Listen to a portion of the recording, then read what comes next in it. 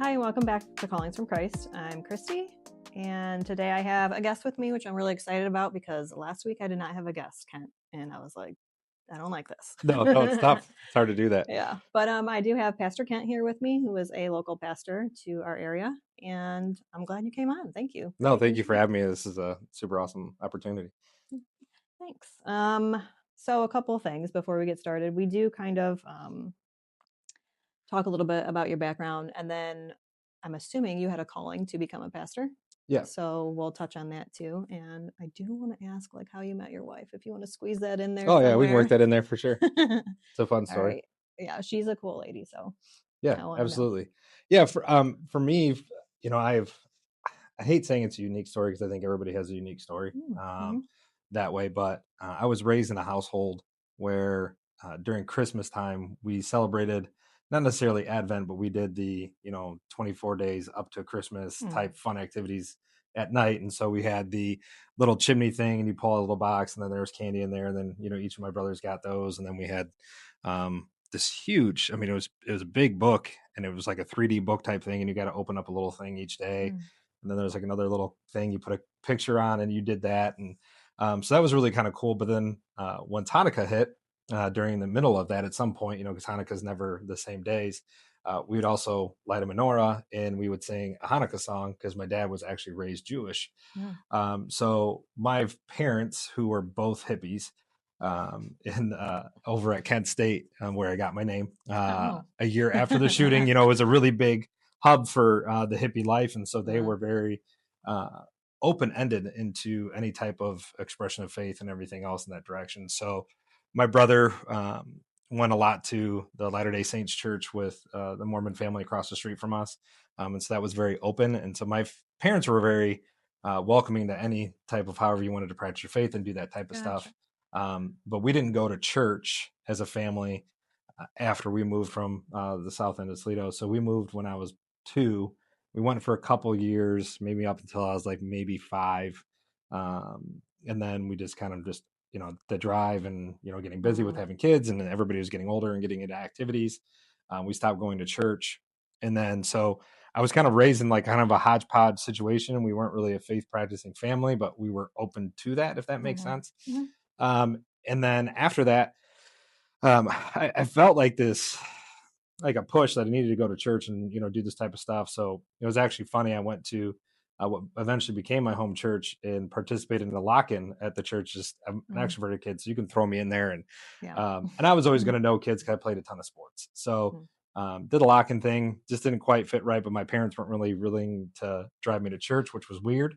And then I ended up actually, which is always my wife Mel always gets mad at me about this because I share this part of the story a lot. But when my son was playing soccer this year, and he started playing soccer last year, which was great, loved it. But I ended up getting cut from the A team when I was 12. I was on the A team when I was 11, but there was a goalie that was playing up an age bracket, but then realized that he's like, I'm going to go play with my friends.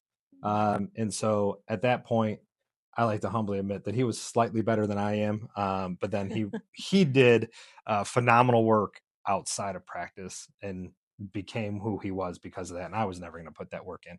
And he became a 2-time All-American, played at Ohio State, almost won a national championship, almost won a state title in high school. He was one of the last guys cut from the U18 national team. So I was this big when I was like 13. So the obvious thing was go play football. So I went out, played football.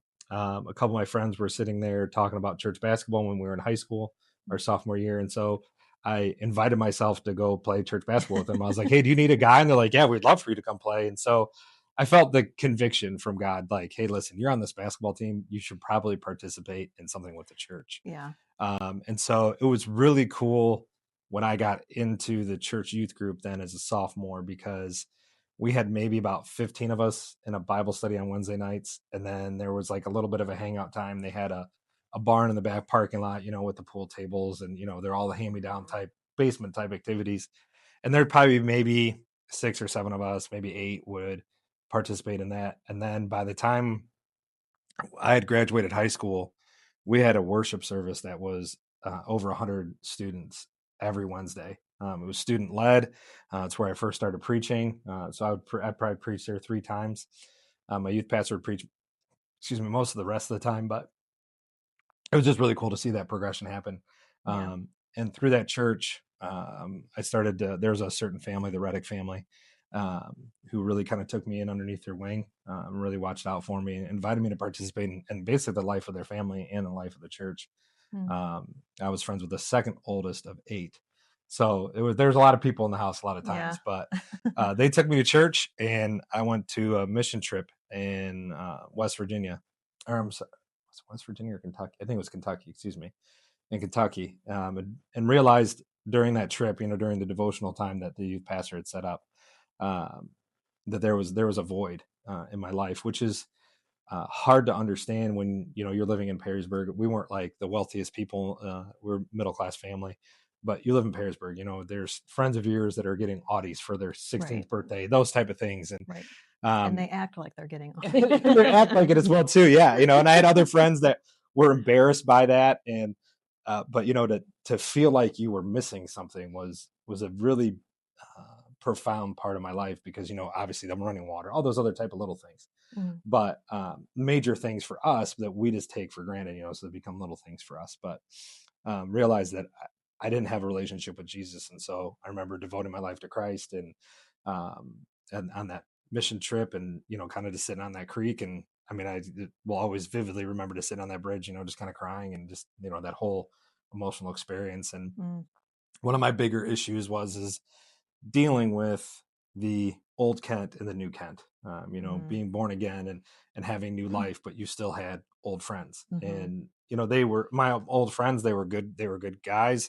They weren't like going out and partying and doing all crazy stuff and everything else like that, but they were not people of faith. And so it became very difficult to keep my new friends and keep my old friends. And we all played football. So this group of guys, they all played football. This group of guys, no, 1 or 2 of them did, but it became very difficult to kind of sort those things out. And I think that's a interpersonal temptational battle that I have to face on a regular basis. Even with being a pastor, Mel and I pride ourselves as being regular people that happen to pastor a church. And for a lot of people, that's great. And they enjoy that with their pastor. But then there's some other people that want their pastor to not quite be that person, to be a super high religious person or something else like that. And that's not my niche. And that's why I love, especially Delta as a community.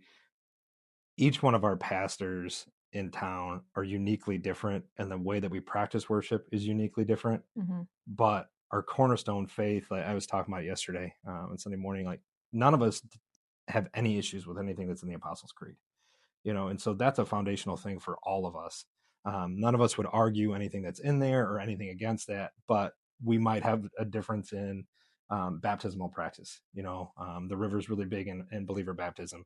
The Lutheran Church here is big on believer baptism, but as well as infant baptism.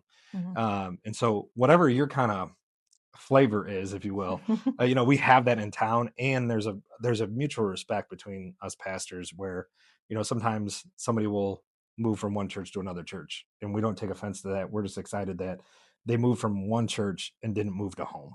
And so it's really cool to have that type of experience here. But yeah, for me, in the nutshell, I mean, a lot of it, it started with church basketball, and that led to going to Wednesday nights, which led to Sunday school, which led to church service, and then me crying in a creek on a mission trip. So yeah, it's thanks. I always try to joke around with people and tell them, Thanksgiving is a little bit different in our house now, with bringing in my family, and nobody in my family. My mom claims Christianity, but my dad's atheist. My 2 brothers are atheist, and so it's a little bit interesting that way. But there's a respect, which I greatly appreciate from everybody in my family that way. So, and Mal's side of the family is religious, so it's obviously respected that way. But they like to make me always have to pray for things. So at the naturally. dinner, naturally, it's like, nope, I'm off duty. But now that the boys are older, I try to make them do it. And so it's really good. cool. That's good. Yep. So like it works that. out well. That's cool. I had a question while you were talking about, Wednesday night youth, because I know you mentioned South Toledo, but then you also mentioned Perrysburg. At which points did you live where? Yeah, so I was pretty much I mean, I was raised in Perrysburg. I was born in South Toledo, Okay. um, over in the Beverly neighborhood, or where the old Bowser was. Mm. We moved right before my second birthday.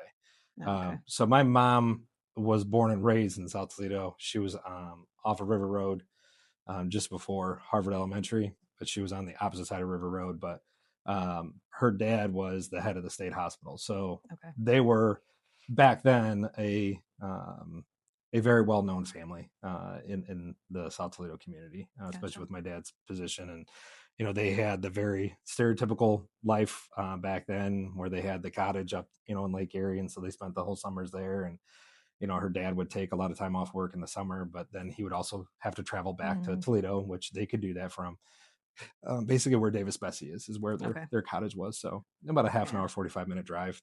Yeah. But Okay. you could do that for a season, and do that type of stuff. But Yep. yeah. For sure. Okay, so we haven't talked about this before, but I'm No. trying to kind of figure out, we know a lot of the same people Yes, we do. from South Toledo, which is something we found out about each other, and we, I guess, keep finding out about each Yes, other, yes, exactly. which is kind of interesting. But so how did that? Because I went to a couple of Bowser had the gosh, here's LifeWise, but there it's Young Life. Young Life, yes. Yeah. How did that come? Did that play a part in your? So it was really interesting. Young Life was growing in Perrysburg High School when I was in high school, and there was God did something really just amazing with my graduating class. Like I shared with that group, that we had the high school kids that we really kind of created this worship service every Wednesday. So like we'd Mhm. go to Bible study, and instead of going and playing games in the barn or whatever, we created this worship service. And so I had a large part in that. But then there was Andrew Alberg was a huge part in it. Steve Reddick had a huge part in it. He was in my graduating class. And then another kid, Jordan Hermiller, could play the guitar and he could sing, and he was phenomenal. And so like all of these pieces were put into place. And Mhm. like I played soccer with Andrew, and I grew up with Steve playing other sports. And like one of the things I always remember is like sitting with them during church service, the Steve and Andrew, and with my ADHD, memory loss is a huge deal, and being able to memorize things is really difficult as well. And so I always remember looking at the bulletin for the Lord's Prayer, Mhm. and they just had it memorized. Mhm. Or, hey, turn your Bible to this page or this book of the Bible. And I'm always on the third page trying to find out if this Older Testament or New Testament. And that was after I had to find out that there was an Old Testament and a New Testament.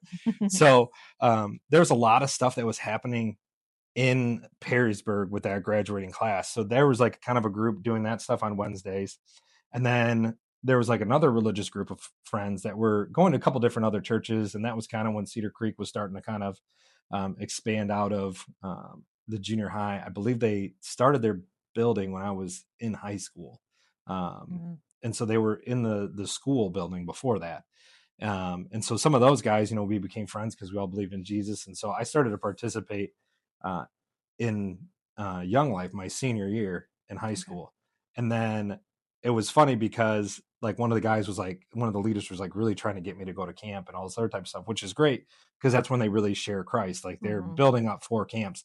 And so I remember one time I had to pull him aside and I was like, hey, I'm already a believer and I'm already like glued into another church. He goes, oh, I didn't know that. He's like, that's great. Perfect. And so they kind of moved on to a different kid. But um, I was friends with those guys, went to college at BGSU. And one of the things that Young Life does is they try to engage with younger leaders to lead others. And so Mhm. I became what is called a first year program. And your first year in college, you kind of go through like an in-depth member or mentorship program with other people in your freshman class. And so I participated in that with them. I was sent to what I was called my Nineveh because they wanted me to lead it in mommy, and I don't even like Mhm. to use the M word in churches, but um, they were always the team across the river for us. But so I participated in Young Life a lot, and so I ended up at that time, like our graduating class and around our time, Young Life was huge at Bowser. I mean, they were taking Yeah. 100 plus kids to camp every year, filling up tour buses, you know what I mean, doing the really cool things. And so, because of those relationships, I ended up dropping out of college my freshman year, but then wanted to not live at home. And so, there was a friend of mine through Young Life. I don't know if you ever met Dan Irvin or not, but I know uh, the name. yeah, Again, yeah. you know, So, I'm horrible with names. no, you're fine. So, Dan's family was pretty well off, and so his dad ended up buying a house in South Toledo over by Hill Avenue, and then instead of paying for dorm rent or like apartment rent, he bought this house and then rented it out to all these other friends. Well, Dan was part of first year Toledo, and so he met all of the Bowser kids that were in first year Toledo. So Chad Snyder, Teddy Hasenauer, those guys were all living in this house, and so that's how I kind of got involved with Young Life that way. And when they wanted me to start leading in Maumee, that's where I started to shift from Bowling Green's Young Life to Toledo's Young Life, because BG was more focused on Wood County places, whereas the University of Toledo's Young Life that was servicing the school districts mostly in Lucas County. And so they would meet in Maumee and everything else that way. So I kind of got involved with them. And so that's why I ended up meeting them. And long story short, that was the start to my relationship with Matt, but we'll get to that a little bit later. But yeah, that's how I ended up knowing a lot of the people from South Toledo. And then you meet friends of friends and all those other guys. And so there's like Pete and Peanut. And I know you're good friends with Rachel. And so that's how I ended up meeting those guys. But yeah.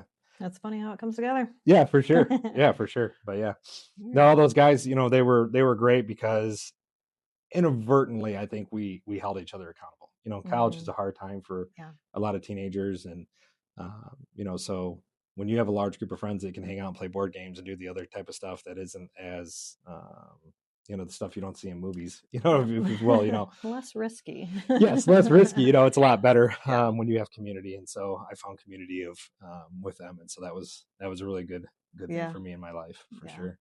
That's awesome. Before we switch into another subject, do you want to take a quick break? So yes, I did want to ask you about your you were in the Army, correct? Correct. Okay. Yep. So yeah. You want to touch on that a little bit? How was that for you? So like I said, I was raised by hippies, which was interesting because we were never even allowed to have, back when we were kids, super soakers were invented. That was an invention when we were kids. And so we weren't even allowed to have super soakers.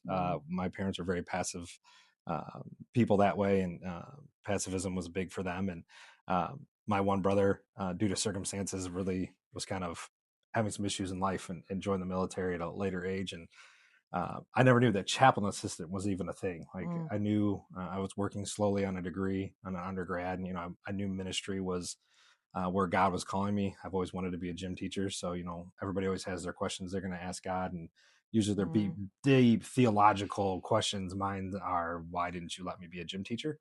So that'll be definitely my first question. But he mentioned that to me, and so a year after he joined, things were going okay for Mal and I, and we had another kid on the way, so we already had our first son, and we just knew that we needed a change of pace. And so I joined, went in the recruiter's office, took the whole test, did the whole thing, and I was dangerously close to being a parachute rigger, which is funny because their job is, at some point during the month, somebody pulls either a parachute they rigged that was an original one or repaired, and they have to jump with that, but they don't know which parachute it is. So the greatest quality control I think you could possibly have.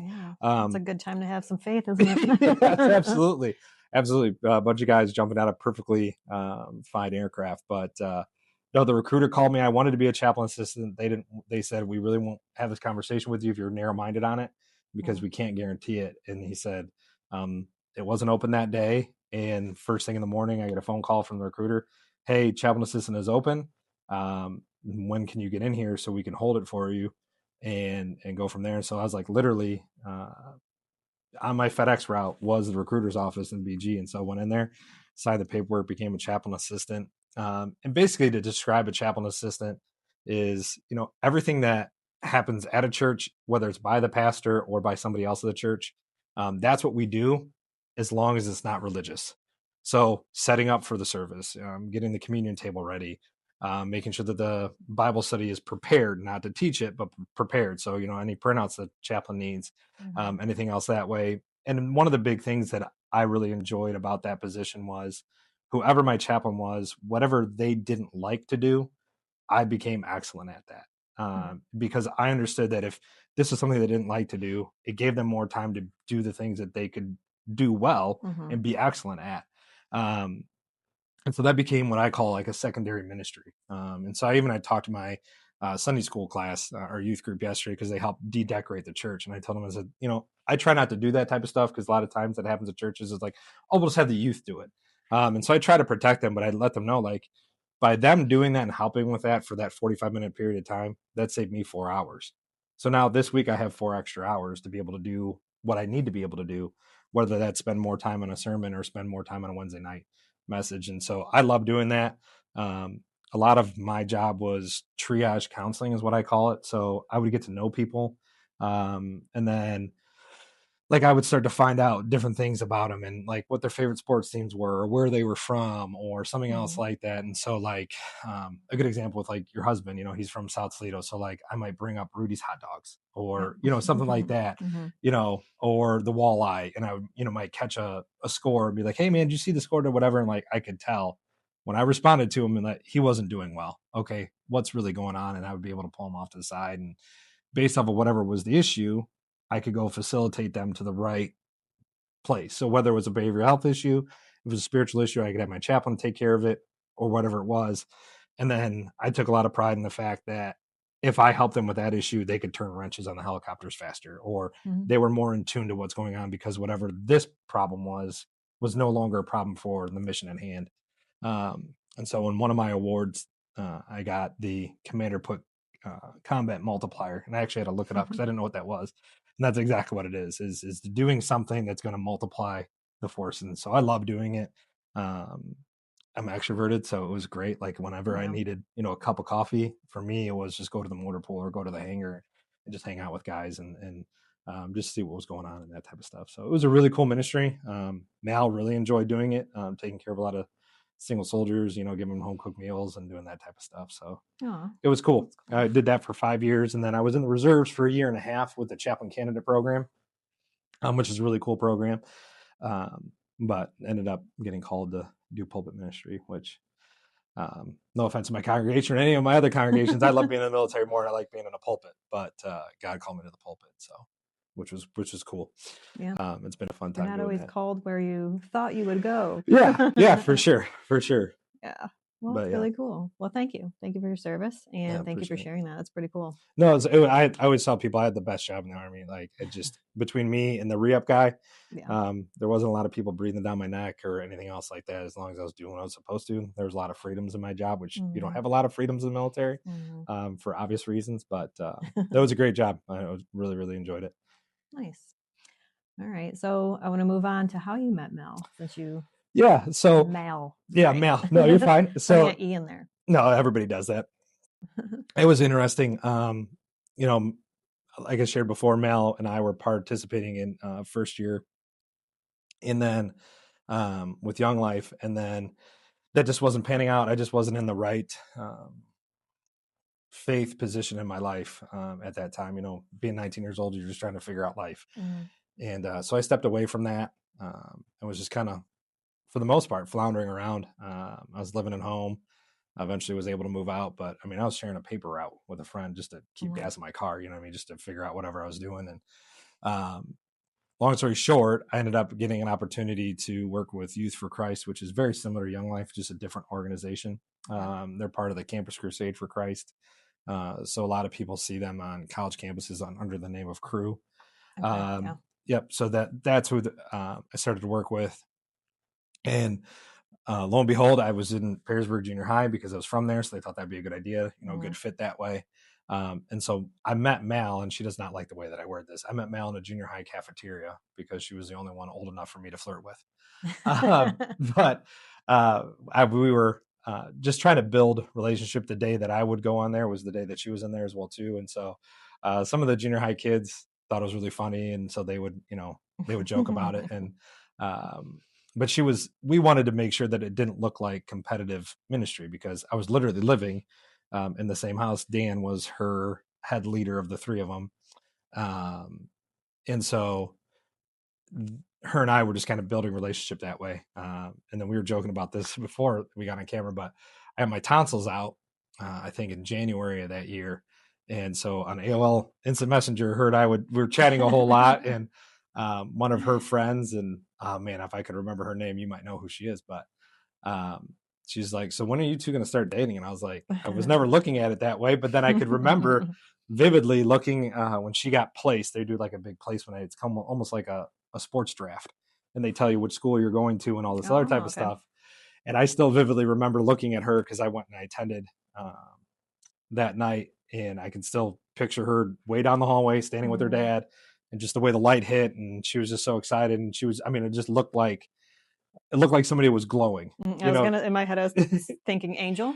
Yes, I just didn't want to use the word, but yes, I know. She would be embarrassed if I said that. But so, I mean, it kind of just looked like an angel, glowing over there. And so I remember that. When her friend said that, I was like, huh, that's an interesting thing, because I was just trying to stay away from that type of stuff in my life. And so I remember that picture, and then her friend saying that, and I was like, God's like, hey, if you stop being an idiot, I can show you what I'm trying to show you right here. And put two and two together. And so we started dating, and she, it was very, very relaxed, is the way I like to word it. And she makes fun of me because on Valentine's Day, I said, nobody should be alone on Valentine's Day. Do you want to, go do something together? And then being a dumb 19, 20-year-old, I think I was 20 at the time, 20-year-old, I didn't even have a plan. And I was like, oh yeah, I probably should have got a reservation. So everything was like packed. There was nowhere for us to go. So we ended up having dinner with her family after one of her brother's basketball games. We kind of hung out beforehand, and then met him over at Loma Linda's just down the road. And so, I think the biggest thing and the most important thing with our relationship at that level is I recognized some of my sexual sins. And she had only dated one guy before me. And so I was just very open with her and just said, listen, we have to have very firm boundaries. And because I'm one of those guys, if I even take the keys out of the bucket to go to turn on the car, I'm going to want to get that thing on the turnpike as quickly as I can.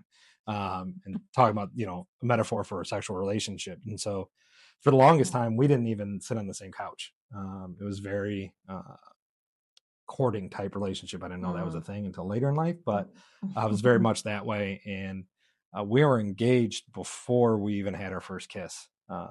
And that was just because I knew as soon as those things started to fall into place where we would go. And I'm forever grateful for her ability to do that, because I know that was a desire for her to have that in our relationship, because that was not something she had in her previous relationship, is to have anything physically intimate. And so our relationship started very slow. We used to get together just on Tuesdays, and that would be about the only time I'd see her, because she was in massage therapy school. And so we knew each other before, but really our relationship kind of started in a junior high cafeteria doing ministry together.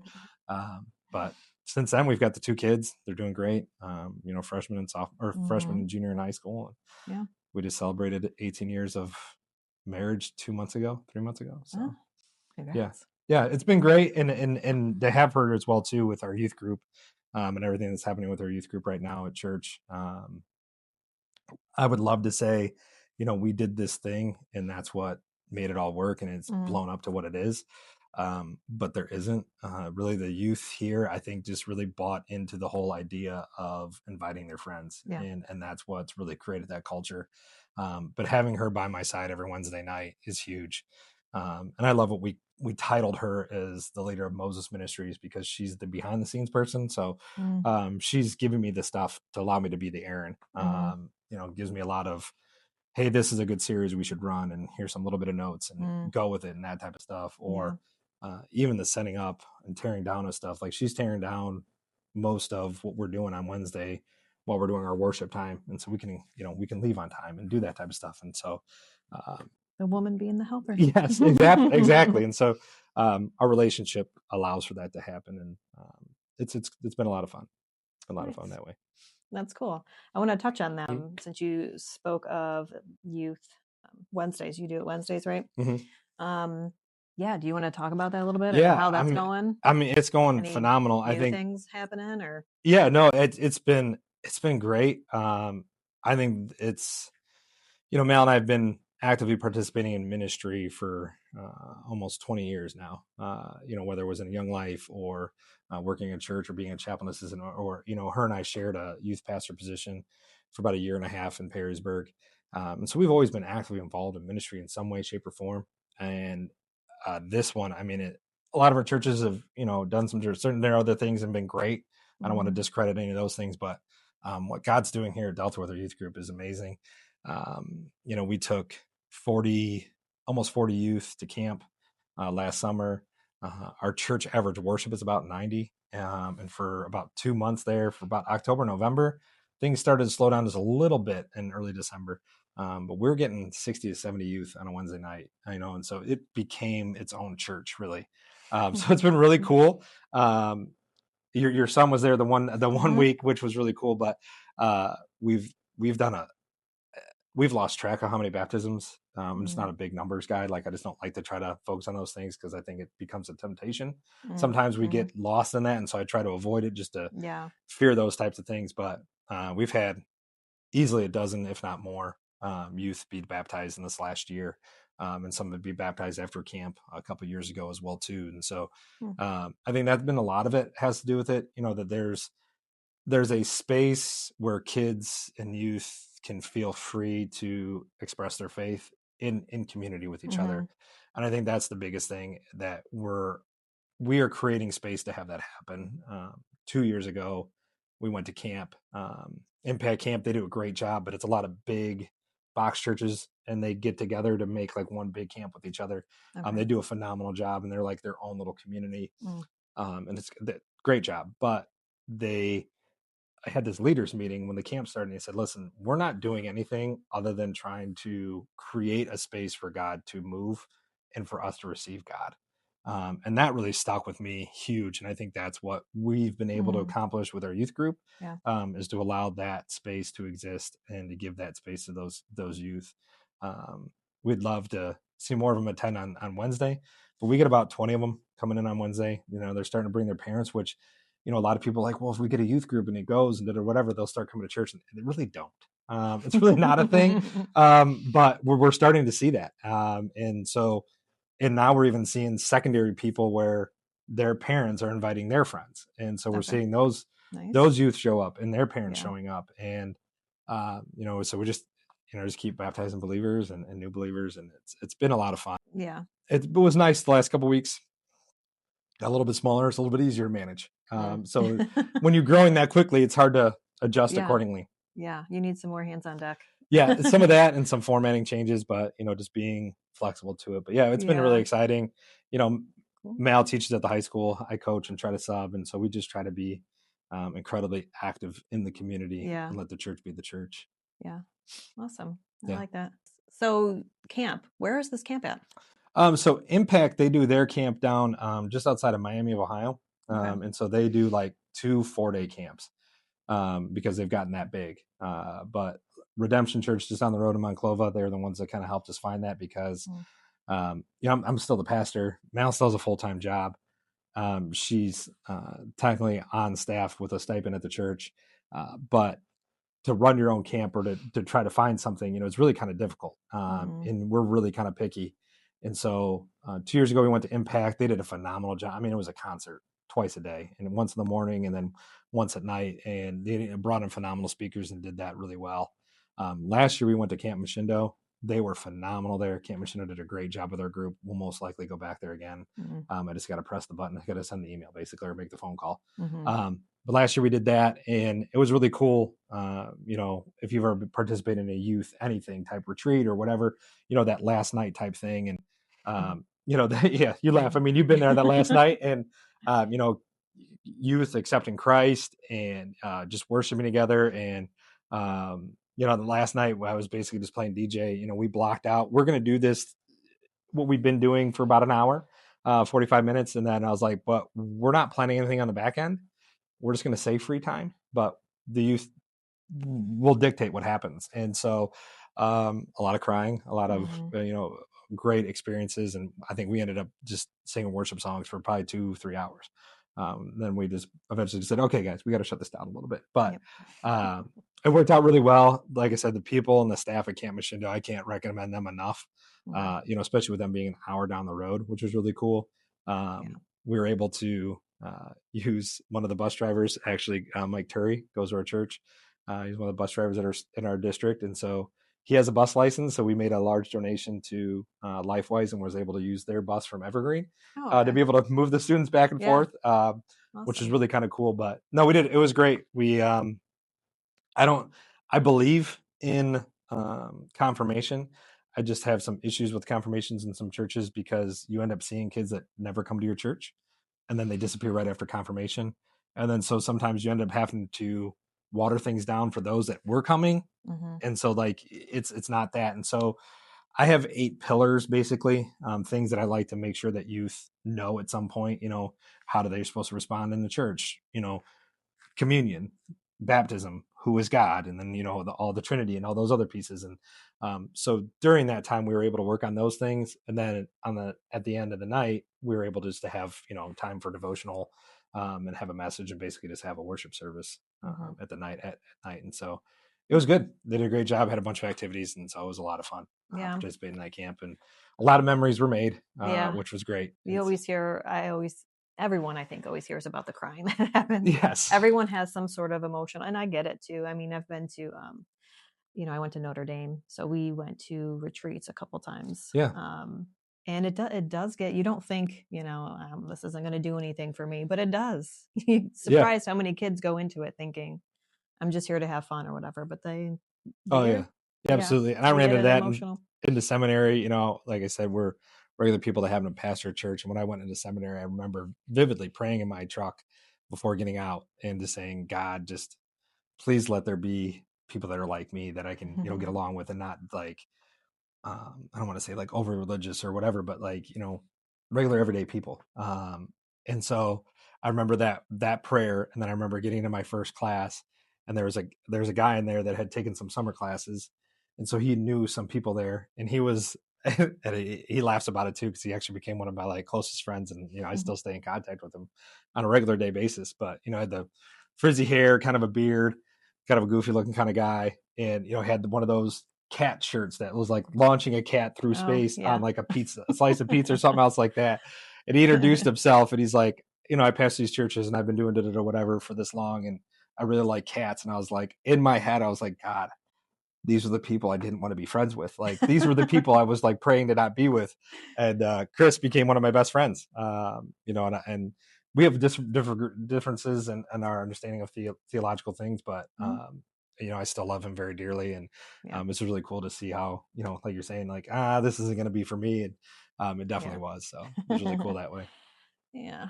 All right. I'm going to ask you a question. I'm an open book. Okay. No, it's not. It's nothing serious. But no, it was just going to be, if you have either a favorite Bible verse, something that stuck out to you maybe at the beginning of your journey, or I don't know, just something that always you kind of come back to often.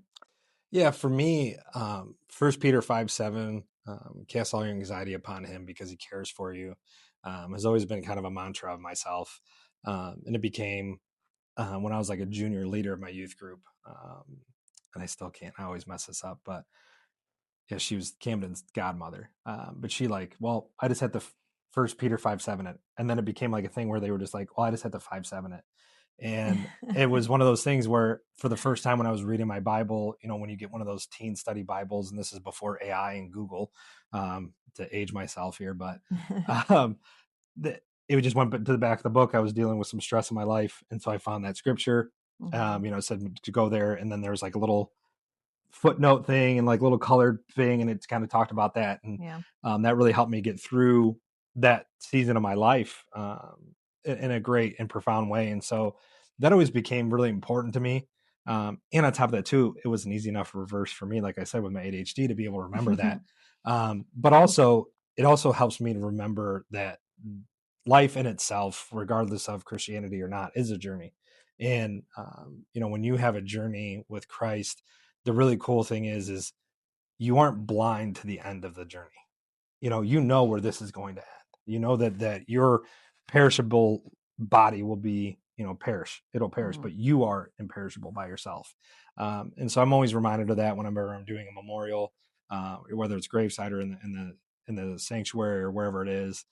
And that's just always been a foundational thing to me, that this is a journey, and there is going to be stresses, and there is going to be this thing. But our church as a whole has really, and God has really been put on my heart over the last, I would say, 6 months to a year, of just having a more heavenly mindset, Mm-hmm.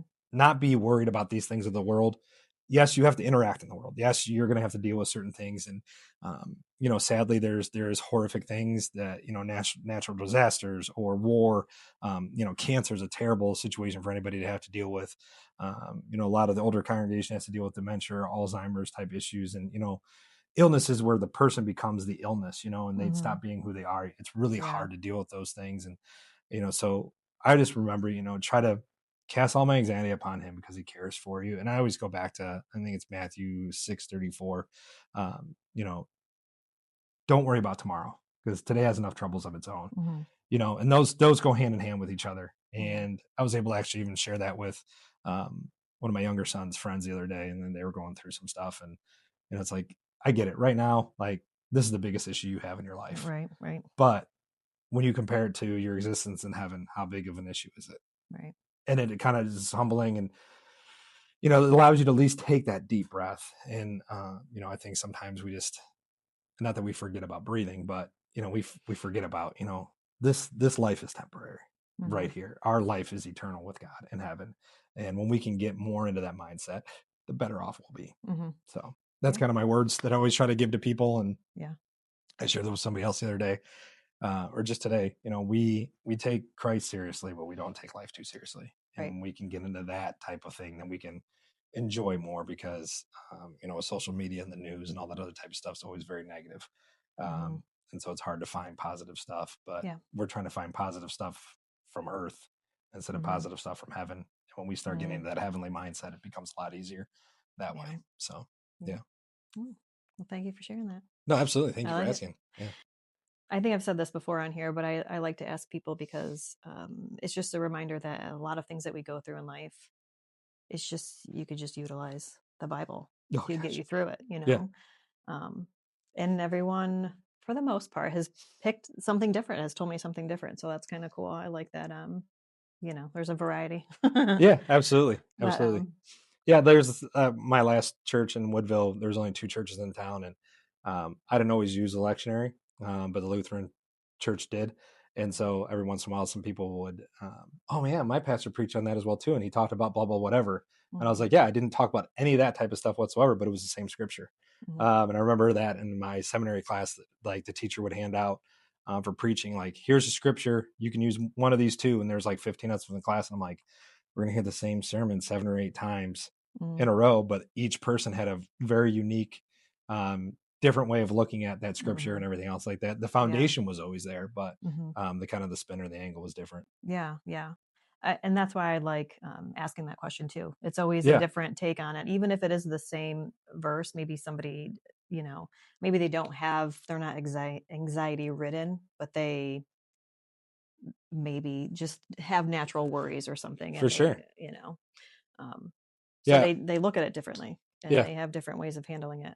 But I don't know, it's very interesting to see what people have to say about it. Yeah. Speaking of your church and all that stuff, I do want to, is it okay for me to link some stuff? Yeah, absolutely. In the comments? Okay. I'll link some stuff in there. And then is there I wanted you to share a little bit of like some encouragement to maybe younger kids, since you have such a huge youth at your church. Yeah, I think, and I've talked about this from the pulpit a couple times recently. I forget when it was. It was in December. There was this, Mal and I found it on accident. We were really disappointed. We caught like the last 15 minutes of it, but it was on ABC, which, they're owned by Disney, and they're a little bit more progressive leaning company. And they had like a 2-hour, at least maybe even an hour long presentation on like the birth of Christ. And I mean, it was on 13 ABC. I mean, it was on the local, it wasn't like you had to have a subscription or anything else like that. And, obviously all this type of stuff that's been happening with Charlie Kirk, and, the additional Super Bowl halftime show and all this other type of stuff. There's such a huge momentum shift happening. And it's not just that, these shifts are happening, but there's also a shift happening where being bold and being able to step out in your faith is now more acceptable than I think it's ever been in my 40 years of existence. I agree. That people they're not only they're looking for truths, which we can see that happening all over the place, but they're more receptive to, regardless of whether you're progressive, liberal, conservative, left leaning, you vote red or blue or whatever it is, people that are willing to be bold. And so there is an incredible want for people to be bold, and there's a hunger for people to be bold. And when you are what I call us Christians, keepers of the truth, when you have the right answer and you are bold, it's not actually all as hard as people want to make it seem. And so when I say be bold, like, yeah, it's easy for me to get up and public speak because I do it for a living and it's just not hard. Asking Mal to like pray on a Sunday morning at 9:45, I might get a divorce at 11:30. If you ask me to pray 2 seconds beforehand, I can do it.